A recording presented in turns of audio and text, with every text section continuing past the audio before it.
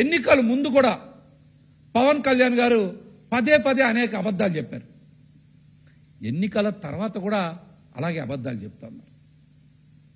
అధికారంలోకి వచ్చారు, ప్రజలకే మంచి చేయాలి మీరు, కానీ పదే పదే అబద్ధాలు మాట్లాడడం, ప్రజల్ని మభ్యపెట్టాలని చూడడం, ఏ స్థాయి కన్నా దిగజారి అబద్ధపు ప్రచారాలు చేయాలని మీరు చూస్తూ ఉన్నారు. మీరు ఇప్పుడు అధికారంలో ఉన్నారు, అధికారంలో భాగస్వామ్యంలో ఉన్నారు. ఎన్నికలకు ముందంటే అన్ని అబద్ధాలు అవాస్తవాలు మాట్లాడారు. ఎన్నికల తర్వాత మీరు ప్రజలకు మంచి చేయాలి కదా. ఇంకా అబద్ధాలు అవాస్తవాలు బురద జల్లేటువంటి మాటలు ఎంతసేపు జగన్మోహన్ రెడ్డి గారి మీద వైఎస్ఆర్సీపీ మీద బురద జల్లడం విష ప్రచారం చేయడం మీదే మీ దృష్టి అంతా కేంద్రీకరిస్తా ఉన్నారు.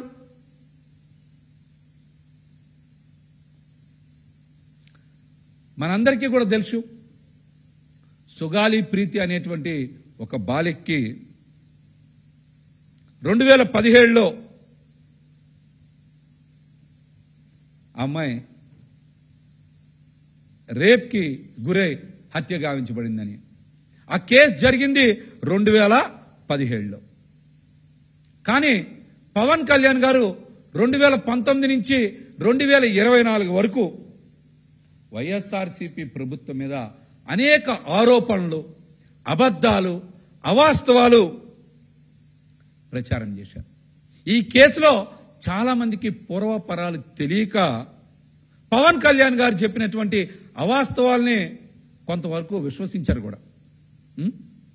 అసలు వైఎస్ఆర్సీపీ పార్టీకి సుగాలి ప్రీతి ఘటనకి అసలు సంబంధం ఏమైనా ఉందా? ఆ ఘటన జరిగింది 2017లో. చంద్రబాబు నాయుడు గారు అప్పుడు అధికారంలో ఉన్నారు. ఆ రోజున మరి సంబంధం లేని ఘటనని వైఎస్ఆర్సీపీకి జగన్మోహన్ రెడ్డి గారికి ఏదో రకంగా చుట్టి రాష్ట్ర ప్రజానీకాన్ని తప్పుదో పట్టించి అవాస్తవాల్ని ప్రచారం చేసి రాజకీయ లబ్ధి కోసం పవన్ కళ్యాణ్ గారు ఇష్టానుసారం మాట్లాడారు సుగాలి ప్రీతి అంశంలో. మరి సుగాలి ప్రీతికి అన్యాయం జరిగింది, ఆ కుటుంబానికి అండగా ఉంటా అని చేసినటువంటి వాగ్దానాలు అన్నీ నీకావు పవన్ కళ్యాణ్ గారు. అదే సందర్భంలో చాలా అబద్ధాలు అవాస్తవాలు మాట్లాడారు కూడా సుగాలి ప్రీతి అంశంలో. మరి మేము అడుగుతా ఉన్నాం, ఈ రోజున మీరు ఎందుకు ఆ కేసు పరిష్కారం చేయలేకపోతా ఉన్నారు?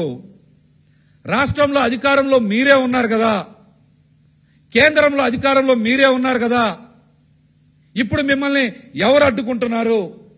ఎందుకు ఈ కేసు తేల్చలేకపోతా ఉన్నారు? ఈ ప్రశ్నలు అడుగుతా ఉంటే ఎందుకు బుల్డోజ్ చేసి తప్పుడు సమాచారాన్ని ప్రచారం చేస్తూ ఉన్నారు కూడా పవన్ కళ్యాణ్ గారు సమాధానం చెప్పాలి. మా వైసీపీ ప్రభుత్వం ఉన్నప్పుడు జగన్మోహన్ రెడ్డి గారు సుగాలి ప్రీతి కుటుంబానికి మంచి చేస్తే మీరు ఆ ఘనతని మీ ఖాతాలో ఎలా వేసుకుంటారు? సమాధానం చెప్పండి. జగన్మోహన్ రెడ్డి గారు సుగాలి ప్రీతి కుటుంబానికి చట్టానికి మించి మేలు చేశారు. వారు ఆర్థికంగా 8,25,000 రూపాయల నగదిచ్చారు పరిహారం కింద. సుగాలి ప్రీతి కుటుంబం కోరుకున్న చోట 5 ఎకరాల భూమి ఇచ్చారు, 5 సెంట్ల ఇళ్ల స్థలం ఇచ్చారు, ఒక ప్రభుత్వ ఉద్యోగం ఇచ్చారు. చట్టానికి మించి సుగాలి ప్రీతి కుటుంబానికి మేలు చేసినటువంటి వ్యక్తి వైఎస్ జగన్మోహన్ రెడ్డి గారు. ఇవన్నీ కూడా 2020లో సుగాలి ప్రీతి కుటుంబానికి అందజేసిన మాట వాస్తవం. నిస్సిగ్గుగా ఎటువంటి సంకోచం లేకుండా మీడియా ముందు జనసేన పార్టీ ఎమ్మెల్యేలు మీ ఖాతాలో ఎలా వేసుకుంటారు? మీరు ఏం మేలు చేశారా కుటుంబానికి? మీరు ఇప్పించారా? చట్టంలో ఉన్నటువంటి పరిహారానికి పునరావాసానికి మించి జగన్మోహన్ రెడ్డి గారు ఆ కుటుంబానికి మేలు చేయలేదా? 2020లోనే సిబిఐ దర్యాప్తు చేయాలని కూడా ఉత్తర్వులు ఇచ్చారు కదా. ఇవన్నీ చేసింది జగన్మోహన్ రెడ్డి గారికి ఏదా? ఇవన్నీ జగన్మోహన్ రెడ్డి గారు చేస్తే పవన్ కళ్యాణ్ గారు చేశారు, జనసేన పార్టీ చేసిందని మీరు నిస్సిగ్గుగా మీ ఖాతాలో ఎలా వేసుకుంటారు? మీ ఘనతగా చెప్పుకోవాలంటే మీరు ఏం చేయాలి? ఇప్పుడు దోషులను పట్టుకోండి, శిక్షించండి. శిక్షించి మేము సుగాలి ప్రీతి కుటుంబానికి న్యాయం కోరుకుంటున్నారు, మేము న్యాయం చేశాం, దోషుల్ని పట్టుకున్నాం అని మీరు కూడా మీ గంతలా ప్రచారం చేసుకోండి.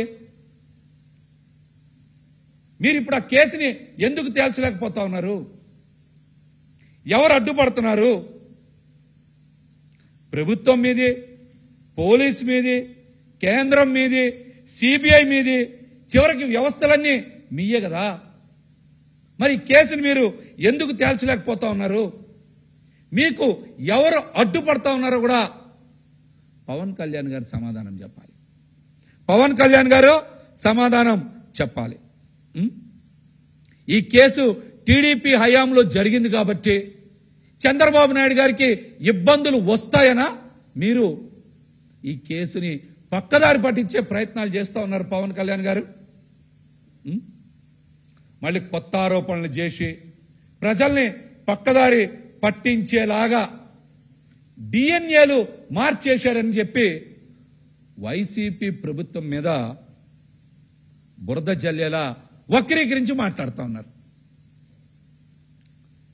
డిఎన్ఏలు మార్చడం అంటే ఏదో సినిమాల్లో బొమ్మలు మార్చేసినట్టో లేకపోతే యాక్టర్స్ని మార్చేసినట్టో, లేదా తెర మీద మొన్న ఏదో సినిమాలో అదేదో పంచ కథలో ఏదో ఉంది కదా, అట్లాంటివి చేసినట్టుగా ఏది పడితే అది చేయడం అనుకున్నారా? ఏది పడితే అది చేయడం అనుకున్నారా?